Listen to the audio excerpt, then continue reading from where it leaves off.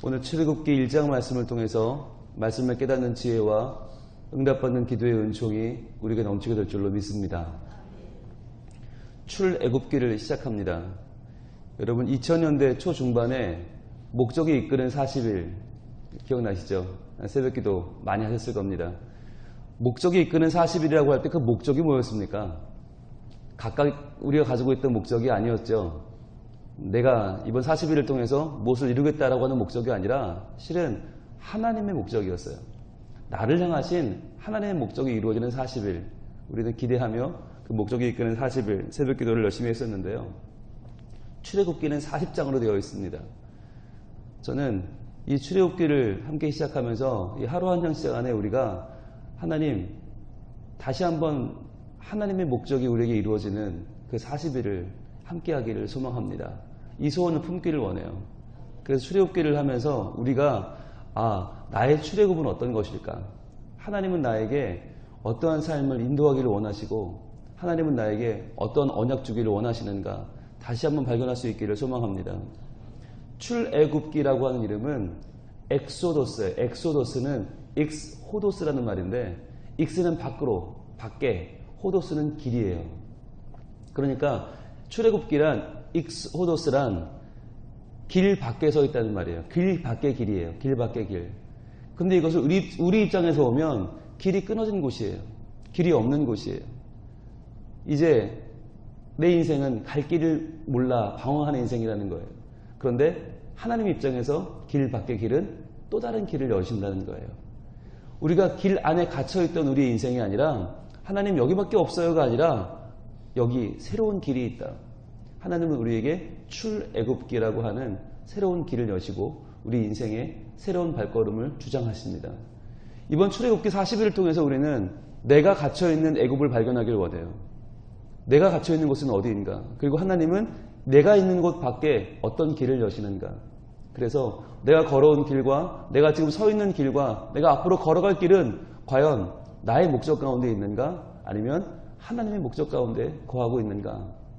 돌아보게 되는 귀한 기회가 될 수 있기를 원합니다. 오늘 출애굽기는 이렇게 시작합니다.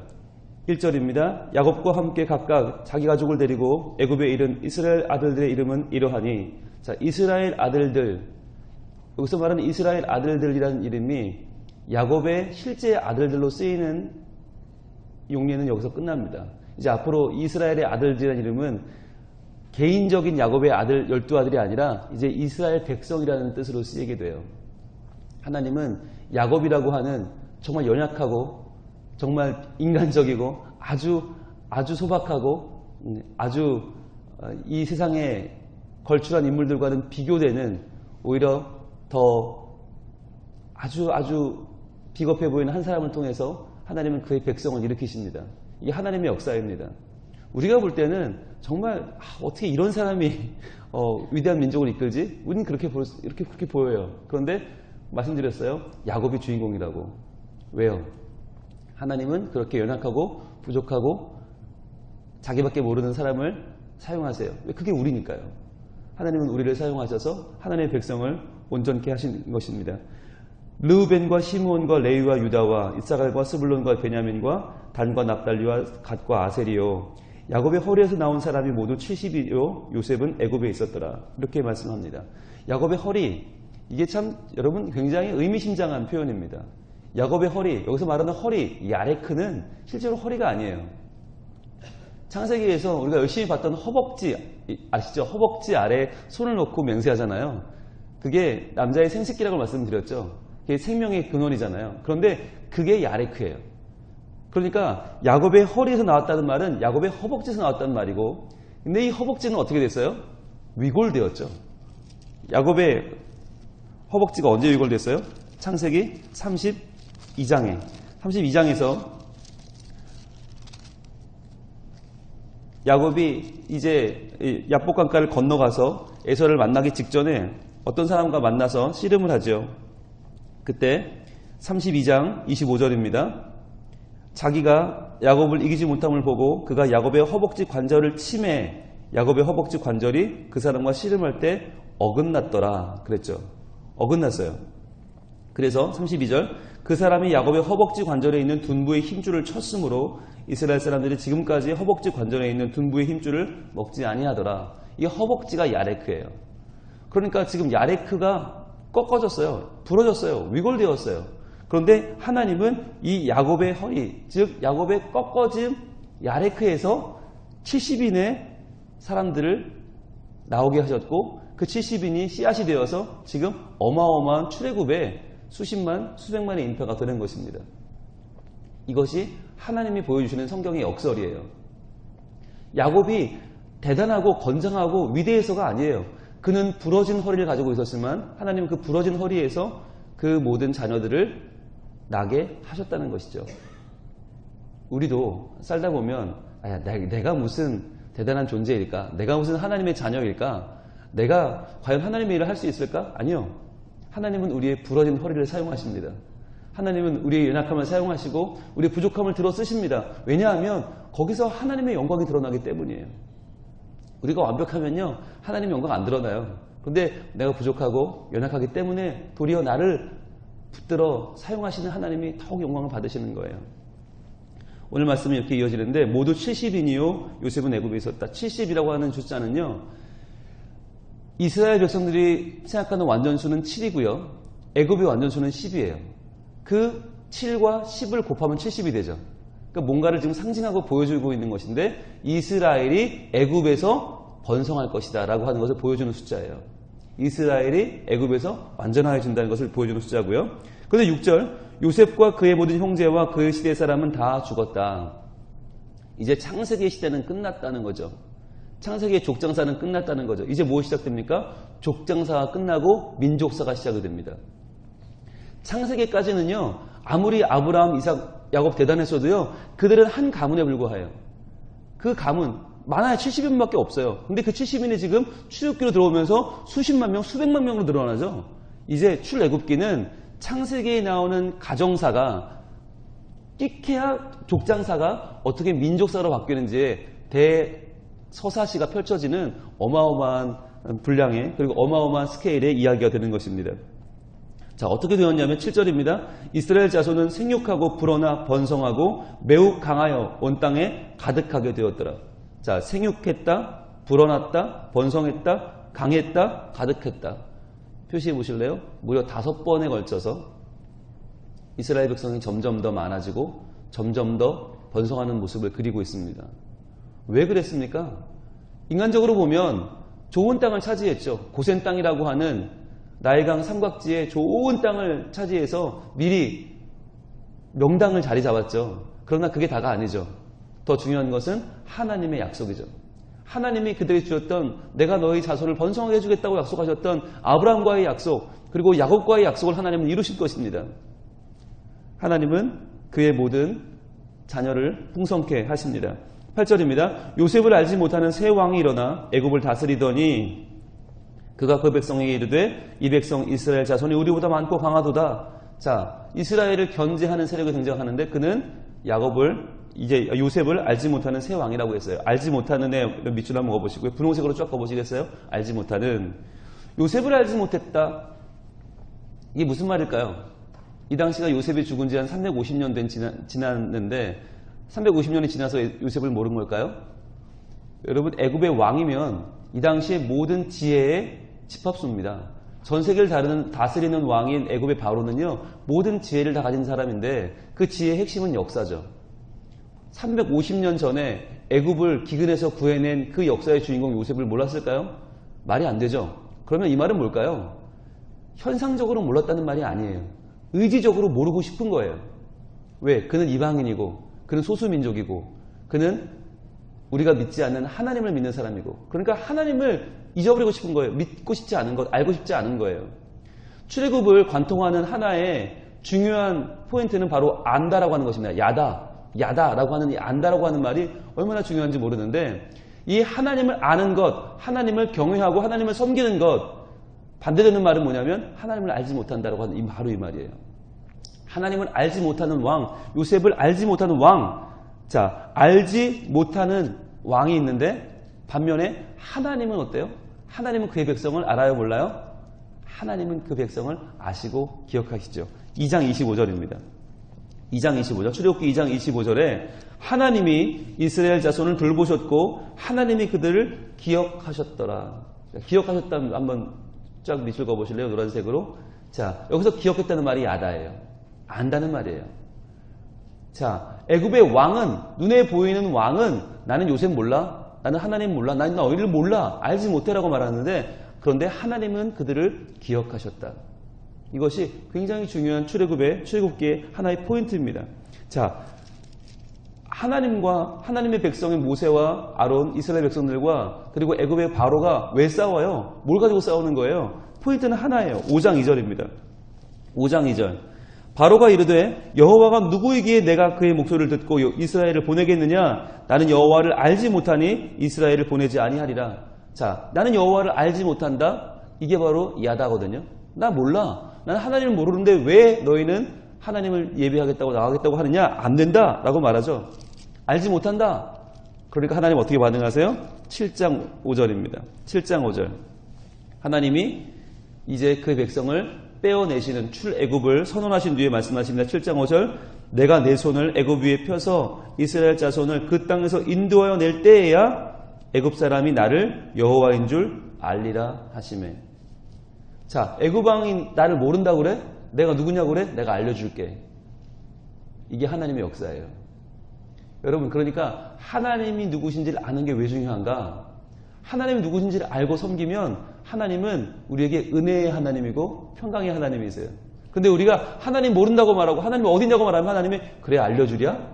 그때부터 하나님은 폭풍치는 권능의 하나님이 되시는 거죠. 내가 보여줄게. 내가 누군지 알려줄게. 하나님이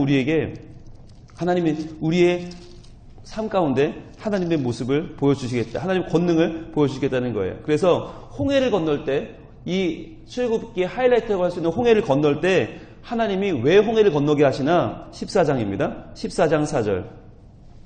내가 바로의 마음을 완악하게 한즉 바로가 그들의 뒤를 따르리니 내가 그와 그의 온 군대로 말미암아 영광을 얻어 애굽 사람들이 나를 여호와인 줄 알게 하리라.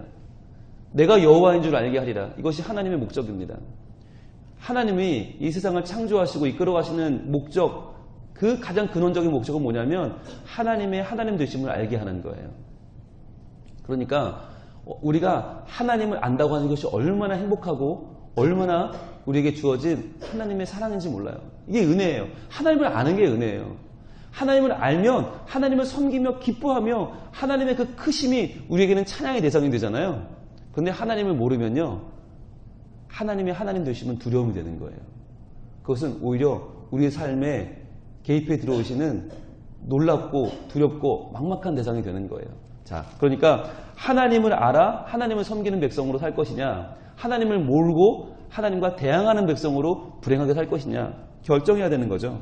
그런데 오늘 다시 출애굽기 1장 돌아오면 1장 8절에 요셉을 알지 못하는 새 왕, 이 새 왕 바로는 하나님과 대항하여 싸우죠. 하나님을 모른다고 말하면서 말이죠.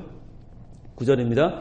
그가 그 백성에게 이르되 이 백성 이스라엘 자손이 우리보다 많고 강하도다. 자, 우리가 그들에게 대하여 지혜롭게 하자. 두렵건대 그들이 더 많게 되면 전쟁이 일어날 때에 우리 대적과 합하여 우리와 싸우고 이 땅에서 나갈까 하노라 하고. 자, 하나님을 모르는 사람의 그 마음의 상태는 어떤가? 바로 두렵건대입니다. 두렵건대. 분홍색으로 쫙 그어보세요. 두려움이에요. 하나님을 모르면 두려움이 찾아와요. 의지할 것이 없기 때문에, 믿을 것이 없기 때문에. 그뿐만 아니죠. 11절. 감독들을 그들 위에 세우고 그들에게 무거운 짐을 지어 괴롭게 하여 그들에게 바로를 위하여 국고성 비돔과 라암셋을 건축하게 하니라. 자, 이제부터 점점 많아지는 이스라엘 백성을 어떻게 하면 제압할 수 있을까? 어떻게 하면 우리가 저것들을 더 확실하게 우리의 소유를 삼을 수 있을까? 두려워했던 그는 그들을 제압하고 국고성 비돔과 라암셋을 건축하게 하죠. 그런데 국고성 만든 라암셋이 어디라고요? 고센 땅이에요. 고센 땅. 그러니까 지금 애굽은, 이 바로 왕은 열심히 국고성을 지어서 거기다가 돈과 보석과 모든 보물을 다 모아놓고 나중에 이 라암셋에서 발행하여 출애굽이 시작돼요. 그때 이 모든 국고성에 모아놨던 그 재물을 이스라엘 백성들이 고스란히 들고 나갑니다. 그래서 그 재물로 광야의 성막도 짓고요. 그걸로 하나님을 찬양하는 각종 다 기물을 만들어요. 그러니까 지금 바로는 이스라엘 사람들을 제압하려고 그들을 괴롭히려고 이 방법을 쓰고 있지만 결국 이 방법이 하나님 안에서는 오히려 이스라엘 백성들이 역전하는 그 모든 노잣돈이 되는 것이죠. 12절 그러나 학대를 받을수록 더욱 번성하여 퍼져나가니 자 이것이 하나님의 백성이 가지고 있는 생명력이에요. 세상은 생명을 꺾으려고 해요. 누르려고 해요. 그런데 하나님 백성은 점점점 생명력이 더 퍼져나가요. 학대를 받을수록 더욱 번성하여 퍼져나가니 애굽 사람이 이스라엘 자손을 말미암아 근심하여 자 근심하여 분홍색으로 밑줄을 그으시고 어디랑 연결할까요? 두렵건대와 연결해야겠죠. 두렵건대. 두렵건대는 10절에 두렵건대는 12절에 근심하여 연결하시는데 이것이 또 어디로 연결돼요? 8절에 알지 못하는 연결하시면 되겠죠. 그러니까 요셉을 알지 못한다는 얘기는 요셉의 하나님을 알지 못한다는 거니까 요셉의 하나님을 알지 못하고 거부하는 인생은 두려운 인생이 되고 두려워하다가 근심하게 되는 거죠. 반면에 그렇다면 하나님을 알면 어떻게 됩니까? 하나님을 알면 두려움이 없고 당당해지죠. 용기가 생기죠. 그리고 근심하지 않고 기쁨과 감사가 생기는 거죠. 출애굽기 1장은 출애굽기 전체의 분위기가 어떤지를 우리에게 알려주고 있는 것입니다. 13절 이스라엘 자손에게 일을 엄하게 시켜 자 근심하고 두려워했던 바로는 더욱더 엄하게 일을 시킵니다. 14절 어려운 노동으로 그들의 생활을 괴롭게 하니 곧 흙 이기기와 벽돌 굽기와 농사의 여러 가지 일이라 그 시킨 일이 모두 엄하였더라. 이때부터 점점점 일의 강도를 높이기 시작합니다. 그들에게 이전에 시키지 않던 그들은 원래 뭐하는 사람이었어요? 유목민이잖아요. 목축이에요. 목축. 근데 목축하는 사람들한테 너희 목축은 기존대로 하고 플러스에서 벽돌을 이기고 구워라. 벽돌은요 진흙을 이렇게 뭉치잖아요. 뭉쳐서 모양을 만든 다음에 그것을 3일 정도 말려요. 그럼 위가 마르겠죠. 그걸 뒤집어요. 그럼 뒷면이 마르겠죠. 3일 마르겠죠. 즉 일주일 정도 걸려요. 하나 만드는데 일주일 걸리는 거예요. 어마어마한 노동력이 들어가는 일이죠. 거기 플러스 뭘까지 하라고요? 농사일까지 하라고요. 농사의 여러 가지 일들을 다 시킨 거예요. 그러니까 한꺼번에 일이 3배, 4배로 늘어나는 거죠. 자, 그런데 이렇게 하고도 마음이 놓이지 않습니다. 애굽의 바로는 왜죠? 두려우니까, 근심이 찾아오니까 이걸로 만족이 안 돼요. 그래서 15절 애굽 왕이 히브리 산파 시브라라 하는 사람과 부하라는 사람에게 말하여 이르되 너희는 히브리언을 위하여 해산을 도울 때에 그 자리를 살펴서 아들이거든 그를 죽이고 딸이거든 살려두라. 자, 그 당시에 애굽의 바로는 살아있는 신이에요. 살아있는 이 세상 모든 권위의 상징이에요. 그 사람이 몰래 부른 거예요. 히브리 산파 자기의 종인 여자 둘을 불러서 지령을 내린 겁니다. 밀지를 내린 겁니다. 자, 그렇다면 그 밀지는 뭐예요? 이걸 내가 오케이 하면 나는 그 당시에 상상하지 못하는 부와 권력을 손에 쥐는 거죠. 왜? 그 당시 최고의 살아있는 신이 날 불렀는데 그런데 이걸 거절하면 어떻게 돼요? 나만 죽는 게 아니죠. 3대가 멸하는 것 이상이죠. 어마어마한 지금 위기가 찾아온 거죠. 자, 그런데 이때 그들이 어떻게 합니까? 남자면 죽이고 여자면 살려라. 이 이야기. 여러분 이게 얼마나 쉬운 얘기예요 사실은. 애기 낳으러 갔는데 지금 산모는 정신이 없죠. 내가 낳은 아기 보고 아들이면 뒤집어 놓으면 돼요. 그럼 죽는 거예요. 딸이면 살리면 돼요. 힘든 일이 아니에요. 그런데 이 일은 실제로 얼마나 힘든 일입니까? 왜? 생명에 역행하는 일이잖아요. 세상은 그렇게 말해요. 하나님을 믿는 사람들에게 그거 아무것도 아니야. 야, 생명 뭐가 중요하냐? 자녀, 다음 세대에 뭐가 중요하냐? 공부만 시켜. 그 아이들을 학원으로 몰아넣어. 학교로 몰아넣어. 그 아이들 하나님이 뭐가 중요해? 수련회가 뭐가 중요해? 그냥 세상으로 생명 없는 것들로 그들을 몰아넣으라고 말해요. 어떻게 하시겠습니까? 17절 그러나 산파들이 하나님을 두려워하여 애굽 왕의 명령을 어기고 남자아이들을 살린지라. 자, 지금 가장 이들은 두려운 위기에 처했죠. 자기 생명을 좌우할 수 있는 바로가 자기를 불러서 아이들을 죽이라고 시켜요. 남자아이는 죽이라고 시켜요. 이 두려움을 어떻게 이겨냅니까? 하나밖에 없어요. 바로 더 큰 분을 두려워하면 돼요. 나를 죽이려고 하는, 나를 위협하는 눈에 보이는 바로 그를 두려워하지 않고 이들은 보이지 않는 더 크신 하나님을 두려워했던 거예요. 우리가 세상을 이겨내는 유일한 방법은 세상보다 크신 분을 두려워하는 것입니다. 눈에 보이는 세상을 맞서서 그들을 두려워하지 않을 수 있는 유일한 방법은 이 세상을 운행해 가시는, 창조하시고 역사하시고 완성하시는 보이지 않는 더 크신 하나님을 두려워하는 것입니다. 그래서 그들은 하나님을 두려워하여서 남자 아기들을 살립니다. 18절입니다. 애굽 왕이 산파를 불러 그들에게 이르되 너희가 어찌하여 이같이 남자 아기들을 살렸느냐? 따져야겠죠. 불러서 따집니다. 여기서 불렀다는 말이 카라거든요. 카라. 소리를 지른 거예요. 야, 불러와. 야, 그 두 산파 어디 있어? 빨리 불러와. 왜 이스라엘 남자들이 줄지가 않아? 왜 다 살아있어? 왜 죽지 않아? 불러와.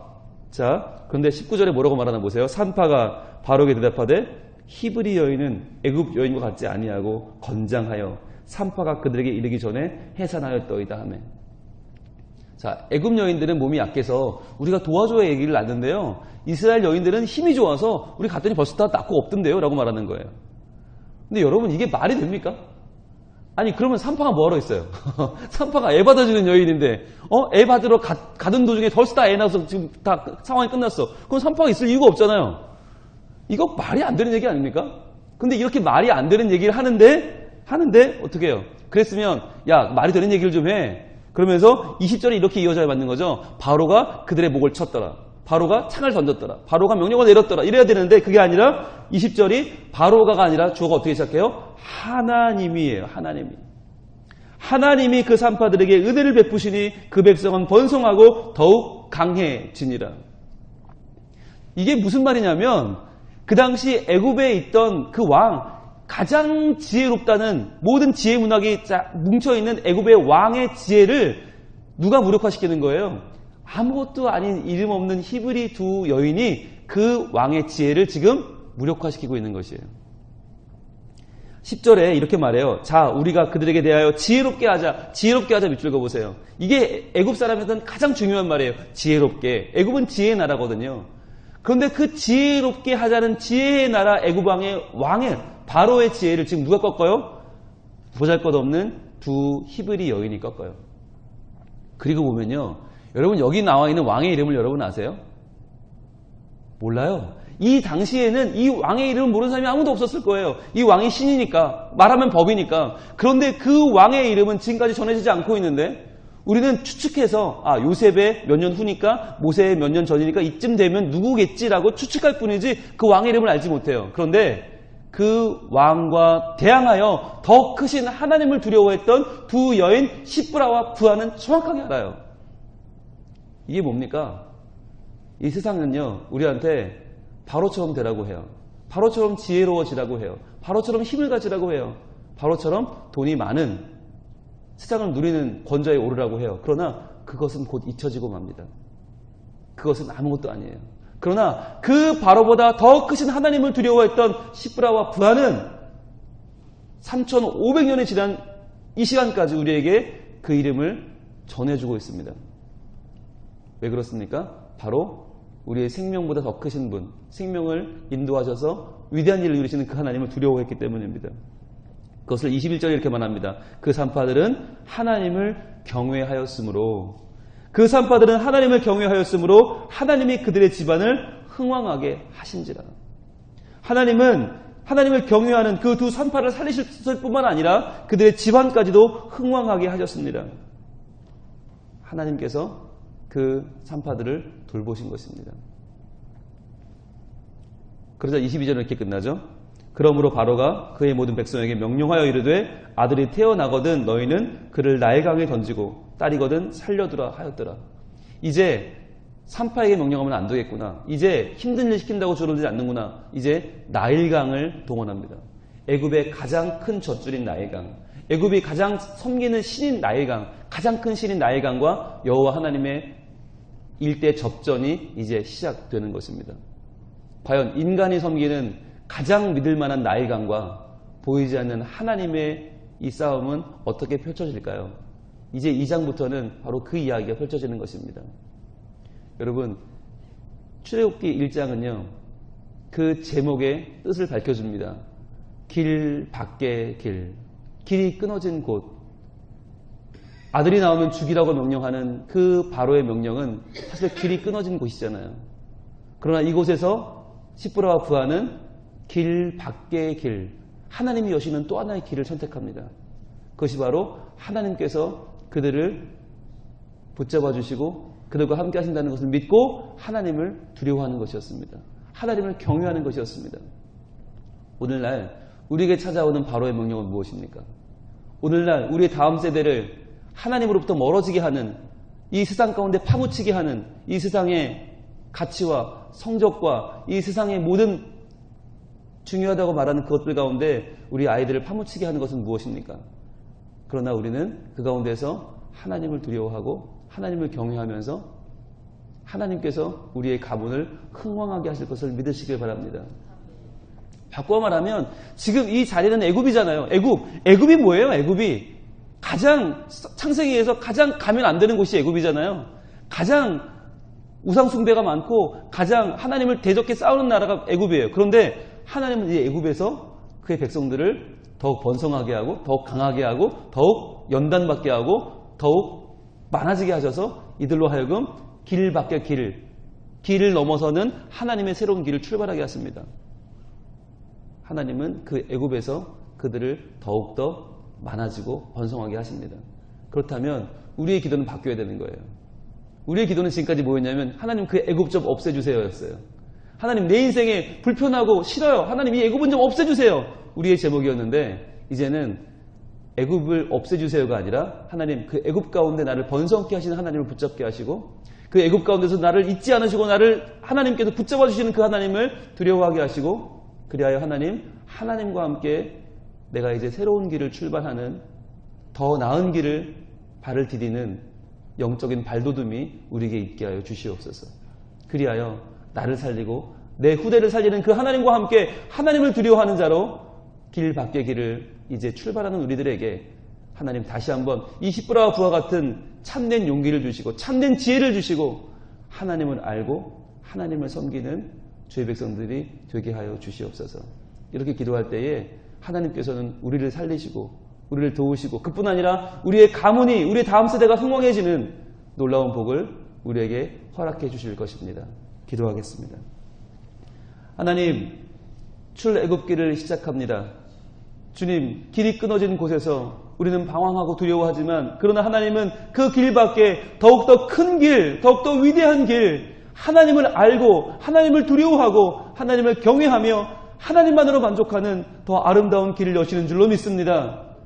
그 길 밖의 길, 호도스를 출발하는 우리들에게 하나님 다시 한번 현실의 어려움과 근심과 두려움을 넘어서는 참된 하나님을 경외하는 마음을 주시고 하나님으로 말미암아 현실의 어려움을 이겨내는 참된 믿음을 허락하여 주시옵소서. 그리하여 우리와 우리 다음 세대가 살아나게 하시고 특별히 지금 우리 중고등부 학생들이 수련회에 참석하고 있습니다. 동계 수련회에 참석하고 있습니다. 그들과 함께 해주셔서 주님 그들 가운데 은혜를 주시고 그들 가운데 말씀하여 주시고 그들을 만나 주셔서 그 아이들이 하나님을 만나 온전히 변화되는 그 인생의 가장 중요한 경험을 체험을 이번 수련을 통해서 할 수 있도록 도와주시옵소서. 그들의 인생을 주님 길 밖의 길로 인도하시고 더 나은 하나님의 길을 만나는 복된 백성들이 되게 하여 주시옵소서. 또한 이 아침에 가지고 나온 간절한 기도 제목을 가지고 기도할 때에 주님 들어 응답하여 주시고 하나님의 방법으로 하나님의 전능하신 거룩하신 오른팔로 온전케 하시고 응답하여 주시옵소서. 예수님 이름으로 기도합니다.